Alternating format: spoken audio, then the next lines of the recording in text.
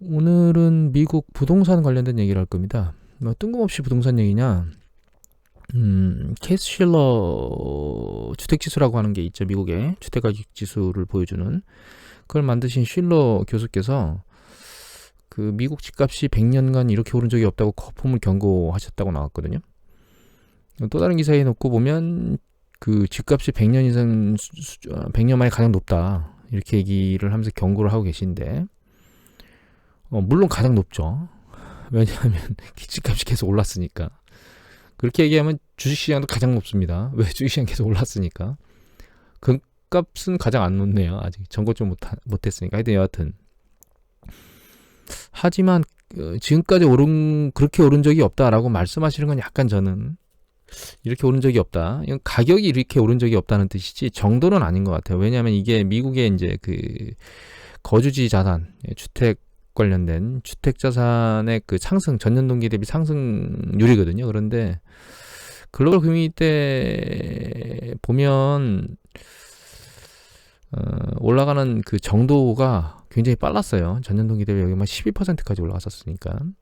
그 정도 자체로는 그렇게 높질 않아요. 지금 전년 동기 대비 한 4% QOQ로는 보면 그렇게 나오는 걸로 돼 있고, 다만 이제 기간으로 놓고 보면 좀 길다고 볼 수 있긴 한데 이건 2012년도부터 증가하기 시작해서 플러스로 터닝해가지고 얘는 이거 아니네요. 기간으로 봐도 상당히 길었네요. 97년도부터 2005년까지 갔으니까 한 8, 9년. 이게 한 2012년부터 역시 8, 9년 정도 되니까 어느 측면으로 놓고 봐도 사실 100년간 이렇게 오른 적은 없다라고 얘기하는 거는 가격 측면인 것 빼고는 아닌 것 같아요. 그래서 이거는 이제 케이스 실러 교수께서 직접 운영하는 사이트입니다. 어디냐면 multpl.com이라고 치면 이 사이트에 들어갑니다. 그래서 이거는 뭐냐면 그 주택 가격 지수인데요. 지속적으로 우상향이 있죠. 근데 이 차트는 로그 차트입니다. 그러니까 무슨 얘기냐면 우리가 가격을 쭉 찍어 놓은 게 아니고 상승률을 똑같이 만들어 놨어요. 그래서 여기 잘 보시면 요 7에서 10, 요거 3 올라가죠. 요 칸의 갭하고 여기 보면 70에서 100, 이거 30이 올라가잖아요. 이 컵의 갭이 똑같죠. 그러니까 이거는 상승률을 똑같이 만들어 놓은 거예요. 그러니까 여기서는 3 증가했고 여기는 30이 증가했는데 이게 만약에 명목 차트면 차트가 이렇게 나타나질 않고 차트가 이렇게 나타납니다. 이 검은 선처럼 이렇게. 그런데 그 검은 선처럼 올라가는 이 차트를 로그 차트로 만들어서 보면 이렇게 보입니다. 여하튼 가격 지수는 가장 높은 수준에 와 있는 게 맞습니다. 그 다음에 근데 이제 이거를 가치 수준 베이스인 물가 상승률을 적용해 보면 이거 똑같이 그 케이스 실러 교수께서 운영하시는 멀티플닷컴 사이트에 나오는 동일한 차트에 인플레이션을 적용한 거예요. 그러면 여기 좀 잘렸는데 표시가 안 됐죠. 2006년도에 가장 높은 수준까지 올라갔었습니다. 그러니까 실질 가치는 그 주택 가격의 실질 가치는 사실은 가장 높은 수준까지 올라와 있는 건 아니고 명목 가치가 가장 높은 수준까지 와 있다는 거예요. 근데 미국 부동산의 장기적 추세의 움직임을 그냥 단순히 이렇게 보는 게 아니고 역사적인 흐름을 잘 지켜보면 이거는 사이트가 어디냐면 visualizingeconomics.com이라고 치면 여기서 찾을 수 있습니다. visualizingeconomics.com 사이트에서 나오는 데이터인데요. 잘 보시면 여러 가지 얘기가 되어 있는데 이게 1차 대전, 여기가 대공황, 여기가 2차 대전입니다. 그래서 실제로 2차 대전 이후에 사실 초입은 대공황 시기부터 발단이 돼서 계속 주택가격이 올라왔는데 약간 설명을 풀어서 드리면 대공황이 발생하기 이전에는 사실 미국의 주택을 살려면 그 주택을 살 돈을 모두 마련해야만 집을 살 수 있었기 때문에 일반적인 서민들은 집을 살 수 있는 꿈을 꿀 수가 없었어요. 아예 생각조차 못하고 있어서 대부분의 국민들이 월세를 전전하는 그런 상황이었는데 대공황이 발생하면서 그 국민들한테 새로운 꿈을 주겠다고 우리가 루즈벨트 대통령께서 이 대공황 때 했던 거 보면 댐 건설이 일자리 이런 것만 만들었다고 생각하시는데 사실 그 루즈벨트의 그때 대공황 때 정책은 굉장히 넓은 폭을 가지고 정책을 진행했었습니다. 그 중에는 주택 정책도 있었어요. 그리고 여러분들이 알고 계시는 예금자 보호라고 하는 그 은행에 예금을 맡기면 일정 부분 그 정부에서 그 예금을 보호합니다라고 하는 정책도 미국에서 처음으로 이때 만들어진 겁니다. 대공황 때. 그걸 만들었던 가장 주된 이유는 여기 보시면 이거는 이제 보험연구원의 그 글로벌 금융위기 관련된 연구보고서 안에 있는 내용 중에 일부인데요. 미국이 대공황 당시 미국의 은행의 도산이 이렇게 상당히 많은 수준의, 여기 보시면 10%가 은행이 막 도산하고 그랬던 거예요. 이해 금액은 다 날라갔겠죠. 이런 문제가 발생하니까 서민들한테 집을 사게 만들려고 하더라도 은행에서 대출을 해야 되는데 사람들이 은행에 가지 않은 겁니다. 왜냐면 은행이 파산하니까 자기 돈이 날라갈까봐. 그래서 예금자 보호법이 최초로 이때 만들어졌습니다. 그래서 예금자 보호법을 만들고, 그래서 이제 일반인들이 예금을 하도록 만들어진 이후에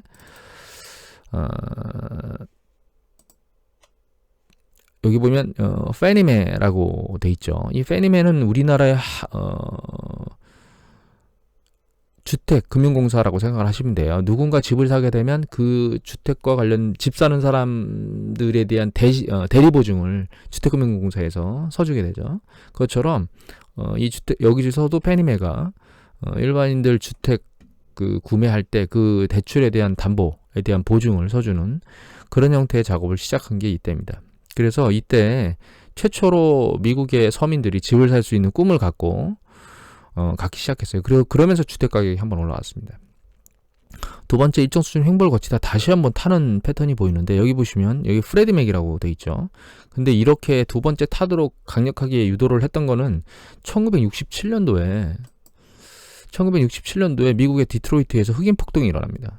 그 디트로이트 하면 자동차로 유명한 지역이기도 한데, 여기서 흑인 폭동이 일어나면서 이 흑인 폭동들의 그 불만을 잠재우기 위해서 흑인들도 그 주택 구입에 대한 대출을 받을 수 있도록 오픈한 시기가 이 시기입니다. 그래서 그 쏟아져 들어오는 그 물량 요구 조건을 해결하기 위해서 추가적으로 프레디 맥이 또 만들어졌어요. 이때 만들어졌던 페니맨은 백인들한테만 대출이 가능했었습니다.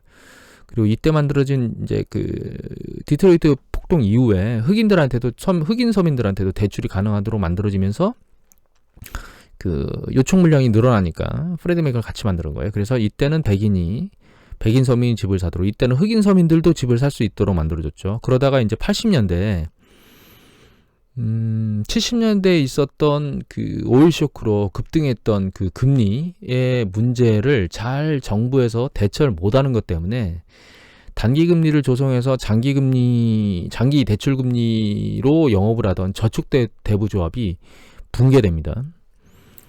두 가지 원인인데, 말씀드렸던 70년대 물가 상승률 문제 때문에 그거에 대한 금리 폭등, 그리고 그거를 잘 조절하지 못했던 정부의 정책 두 가지가 맞물려서 저축대부조합이 붕괴가 됩니다.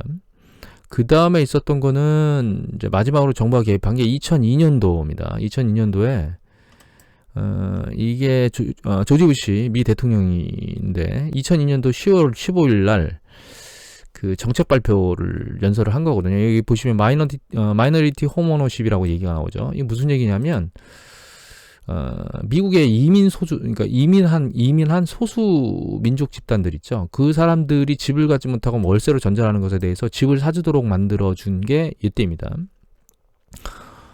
그래서 이 연설 내용 중에 뭔가를 좀 보면 여기 나옵니다. 좀 더 많은 사람들한테 어디서 월세하는 집에서 자기가 소유한 집으로. 그래서 이때 나온 유명한 그 단어가 닌자라는 단어가 있습니다. 닌자가 뭐냐면 노 인컴, 그 다음에 노 에셋, 노 닌자, 노 잡. 그러니까 이게 뭐냐면 소득도 없고 직업도 없고 자산이 없어도 대출을 해준다라고 하는, 그래서 닌자 대출이 유명했습니다.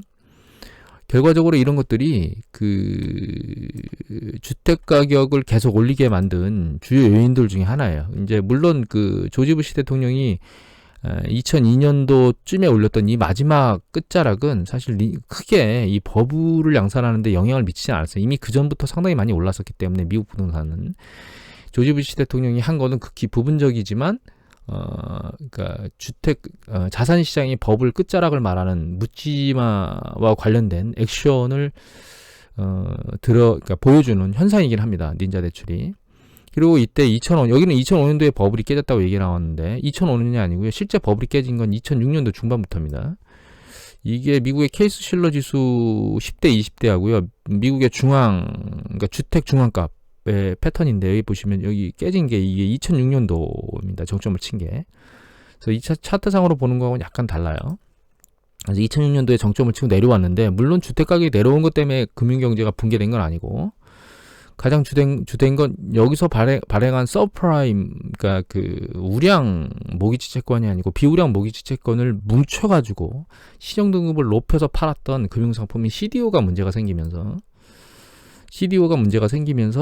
그 글로벌의 금융위기가 생겼죠, 처음에. 그래서 아마 제 기억으로 꾸물꾸물하다가 한 3월, 2월, 3월일 것 같은데, 그 베어스턴스가 그 다른 쪽에 대규모로 인수가 됐습니다. 여기 CDO에 대규모로 투자했다가 문제가 생기면서, 그러다가 그게 해결되는 줄 알았는데 2008년도 9월에, 그해 9월이죠. 2008년 3월에 이제 베어스턴스가 문제가 생겼고, 9월에 리먼이 파산했는데, 리먼 파산은 CDS라고 하는 그 수합, 그러니까 누군가가 뭔가, 예를 들면 뭐 모기지 채권이라는 걸 샀는데, 그 살 때 이거 모기지 채권 만약에 종이 쪽지 되면 내가 원금 돌려줄게. 그 대신 그거 보증하는 대신 나한테 수수료 얼마네. 그러니까 보험급의 성격입니다. 이 CDS는. 그런 것들을 대규모로 판매했다가 리먼이 파산합니다. 그 문제로 인해서 글로벌의 금융위기가 도래했죠. 그러면 이런 상황의 위험성이 현재도 존재하느냐? 물론 완전히 존재하지 않는다고 말할 수는 없지만 그때하고 상황은 다릅니다. 이거 미국 연방준비위원회 자료인데요. 보시면 FOR이라고 하는 게 있고 DSR이라고 하는 게 있는데, DSR은 모기지하고 개인 신용과 관련된 대출의 원리금하고 자기 그 가처분 소득의 비율이거든요. FOR은 이것보다 좀 넓어요, DSR보다. 뭐 예를 들면 뭐 오토론 같은 거, 자동차 할부금, 거기에다가 뭐 주택 소유자 같은 경우에는 뭐 재산세라든가 주택 관련된 보험, 뭐 이런 것들, 혹은 뭐 주택 소유하지 않은 렌탈 임차자들한테는 뭐 월 임차료 이런 것까지 다 전체 다 싸잡아서 보는 비율이기 때문에 FOR이 더 크거든요. 근데 이제 추세를 쭉 보면 FOR 같은 경우는 한 18 정도가 가장 높았어요. 18 정도가 가장 높았는데, 이 18이 언제 나왔냐면 2007년도 여기 나왔네요. 예. 그러니까 글로벌 금융위기가 우리가 2008년도에 터졌죠. 2007년도 정점이고, 그래서 이때 가장 높았어요. 물론 이때 다른 지수들도 가장 높은 때입니다. DSR도 그렇고, 요거는 모기지 관련된 거고, 요거는 그 개인 신용 관련된 거거든요. 그래서 실제로 금융위기가 터졌던 그 시기에 개인들이 주택과 관련된 것, 혹은 주택 이외에 다른 어떤 뭐 모든 신용, 그러니까 개인들이 쓰고 있는 모든 신용이 가처분 소득 대비 가장 높은 수준에 있었거든요. 근데 지금 어떻게 되어 있느냐? 지금 여기에 있습니다. 14, 9, 3, 5. 보면 이게 14, 이게 9, 이게 3, 이게 5예요. 그러니까 이 시기보다 상대적으로 높은 건 신용카드 대출 있죠. 예, 신용카드 관련된 거, 컨슈머. 주로 이제 신용카드 관련된 그런 비중이 높은 거고, 나머지 것들은 주택 관련된 거나 전체적인 것에 대해서는 상대적으로 낮은 편이에요. 이걸 이제 우리가 차트상으로 보면 FOR은 없는데, 여기 보시면 이제 DSR 수준으로 보면 이게 DSR이거든요. 보면 DSR이 과거부터 상당히 낮은 추세에 있죠. 역사상 가장 낮은 추세에 있습니다. 그 다음에 그 중에서 또 모기지만 보면 모기지도 굉장히 낮은 추세에 있어요. 그러니까 지금 상황이 위기다라고 볼 수는 없다는 거예요. 케이스 실러 지수가 말씀하신 것처럼 거품을 경고하고 있긴 한데, 이 거품이, 우리가 거품이라고 말하면 통상적으로는 자기가 쥔 돈 혹은 향후에 그거를 커버할 수 있는 수준을 넘어가는 상황에서 거품이란 얘기를 써야지, 그게 커버가 될 수 있는 수준에서 거품이란 말을 쓰는 건 좀 맞지 않은 게 아닌가, 좀 잘 안 맞는 얘기다라는 생각을 저는 하거든요. 근데 그게 이제 그 모기지 관련된 비중, 주택 관련된 비중을 보면, 그것뿐만 아니라 뭐 그 가게가 쓰고 있는 전체 모든 신용과 관련된 비중으로 놓고 봐도 지금은 굉장히 안정적인 수준에 있는 상황이에요. 그리고 또 한 가지 우리가 인지해야 될 거는, 요거는 좀 뒤에 볼까요? 요걸 먼저 봐야 되겠는데, 이거는 그 채권의 수익률이거든요. 채권 수익률인데, 이것도 마찬가지구나. 이거는 하이힐드의 스프레드예요. 그러니까 미국의 투기 등급성 채권의 인덱스를 국채하고 벌어지는 하이힐드 스프레드인데, 이 스프레드가 보시면 과거 수준, 이 확장 국면의 안정적인 상황까지 내려와 있는 상황이고, 이거는 뭐냐면 가장 낮은 트리플 C 이하에 있는 하이힐드 채권, 가장 낮은 신용 등급의 수익률 패턴이거든요. 근데 여기 보시면 바닥에 붙어 있죠. 그 어느 때보다 낮아요. 이게 무슨 얘기냐면 채권 시장이 굉장히 안정화되어 있다는 뜻이에요. 그런데 여기 앞에 보셨던 CDO나 이런 문제가 생긴 건, 물론 주택 가격이 내려와서 문제가 생긴 것도 있지만, 주택가격이 내려오면서 그 뭉쳐있던 이제 서프라임 모기지가 같이 들어가 있던 CDO 관련된 그 금융상품이 급격하게 가격이 폭락하면서 문제를 야기했던 거거든요. 물론 지금은 상황이 안정적이기 때문에 향후에 그 상황이 좋지 않을 때, 그 주택 가격이 내려갈 때 이런 문제를 야기할 수도 있겠다라고 생각을 할 수 있긴 하겠지만, 이제 중요한 거는 이 일이 당장 일어날 일은 아니라는 거예요. 그러니까 얘 때문에 주식시장에 영향을 미치지는 않을 거라는 겁니다. 영향을 미친다 하더라도 최소한 수년이 지난 뒤인데, 제 생각에는 그 정도면 경기 수축 국면에 빠질 상황일 것 같아요. 그래서 경기 수축 국면에 주식시장이 조정받는 건 당연하기 때문에, 결과적으로는 지금 케이스 실러 교수께서 말씀하시는 이런 거품의 경고에 대해서는 너무 민감해야 될 이유는 없다라고 보입니다. 그리고 또 한 가지 우리가 인지해야 될 거는 이제 그 모기지 금리예요. 근데 모기지 금리를 보면 이게 이제 15년짜리 모기지 금리거든요. 근데 15년짜리 모기지 금리를 보면 여기 이제 90년대 같은 경우는 가장 높고, 우리가 글로벌 금리가 터졌던 이때 2000년대 중반에 보면 막 5%대에 있었는데 지금은 몇 %대에 있냐면 2%대에 있거든요. 그리고 글로벌 금융위기 지난 이후에도 중반까지 3%대 선에 있었기 때문에 얘가 이 선까지 올라가려면 굉장히 오랜 기간이 걸린다는 뜻이에요. 물론 얘가 올라가면 가처분 소득 대비, 여기 보시면 이 비율 있죠. 예, 이 비율도 올라가게 될 거예요. 근데 올라가는데 문제는 잘 생각해 보시면 여기 이게 글로벌 금융위기 때거든요. 이때가. 예. 이때 가처분 소득 대비 비중에 비해서 여기서 상대적으로 낮죠. 이거는 소득이 올라간 부분도 있고 금리가 낮은 부분, 두 가지가 믹싱돼 있는 겁니다. 지금 이때보다 금리가 낮죠. 그리고 소득도 이 기간 올라간 것, 이것이 다 포함돼서 차트가 이렇게 나타나는 거거든요. 밑으로.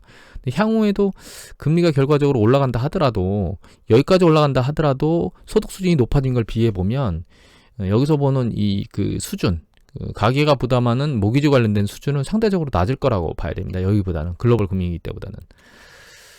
그리고 그거보다 긴 30년짜리 데이터를 보면, 네, 보시면 예전하고는 비교할 수 없을 수준의 바닥권에 있다는 걸 우리가 알 수 있어요. 그래서 종합적으로 정리를 해보면 가격이 비싼 건 맞습니다. 예, 굉장히 많이 올라왔어요. 케이스 실러 지수 로그 차트로 보면 상당히 많이 올라왔죠. 그런데 중요한 거는 이게 이제 실질 가치로 놓고 보면 사실 그렇게 높지도 않아요. 오히려 그 올라간 강도로 보면 그 글로벌 금융위기 터지기 직전까지가 그 굉장히 주택 가격이 비쌌다. 지금 우리가 눈으로 보는 명목 가치를 보면 비싸다고 생각이 들지만, 이걸 이제 실제 실물 자산을 가치를 볼 땐 인플레이션을 적용해서 보는 차트를 이용해서 봐야 되거든요. 장기적 가치의 패턴을 보려면. 그런 걸로 놓고 보면 그렇게 높은 수준은 아니고 일정 수준 올라오긴 올라왔다. 그런데 그때하고 다른 점은 가장 큰 게 뭐냐, 이 가계가 부담하는 그 부채 부담 수준 정도가, 가처분 소득 대비 부채를 부담하는 수준 정도가 상당히 낮다.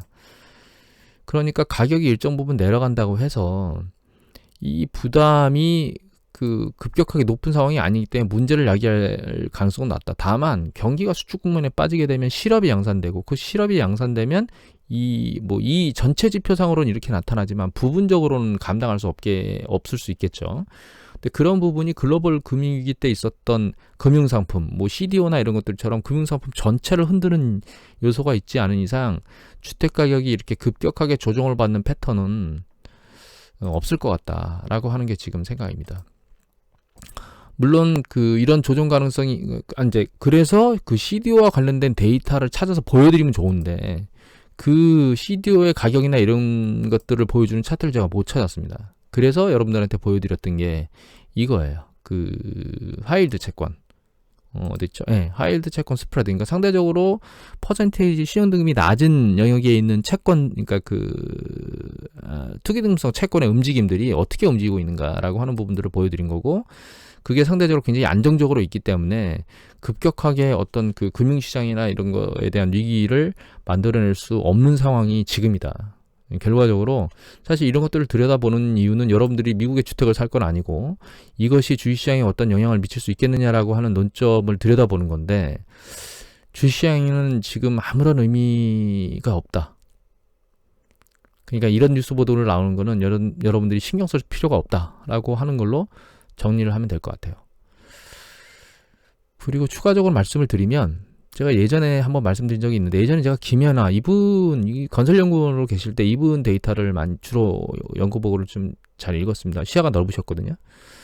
근데 이분이 정치인이 되시더니 시야가 좁아진 것 같습니다. 이게 제 개인 의견입니다. 부동산 관련된 시야가 좁아지신 것 같고, 너무 정치적인 의미의 발언을 하시는 것들이 많은 것 같고, 이분도 한번 얘기를 드렸었는데, 한문도라는 분이 있으십니다. 이거 연세대인가요? 네, 연세대 경영대학원 부동산학과 교수신데, 이분 쪽의 얘기를 좀 참고하시는 게 좋지 않을까. 이렇게 그냥 권고만 드립니다. 이분이 100% 쪽집게라고 할 수는 없지만, 제 생각에는 이분 얘기를 들으시는 게 좀 낫지 않을까, 이런 생각이 들게 됩니다. 자, 오늘은 이것을 마치도록 하겠습니다.